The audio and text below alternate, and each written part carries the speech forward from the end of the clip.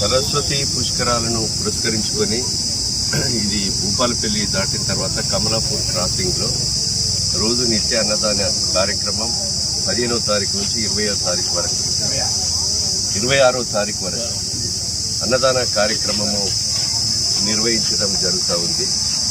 దీనికి సహకరించేటువంటి మున్సిపల్ కానీ జిఎం సిబ్బంది కానీ అదేవిధంగా ఇంకా డోనర్స్ ఎవరైతే ఉన్నారో వాళ్ళందరికీ కూడా మనస్ఫూర్తిగా హృదయపూర్వకంగా ధన్యవాదాలు కృతజ్ఞతలు తెలియజేస్తున్నాం. ఈరోజు మంచి భోజనం 2-3 కూరగాయలతో సాంబార్తో పెరుగుతో చట్నీతో మంచి వడ యొక్క స్వీట్తోని వడ మరి మంచి భోజనం. మనం ఇంట్లో కూడా 4-5 రకాల భోజనాలు వండుకోం.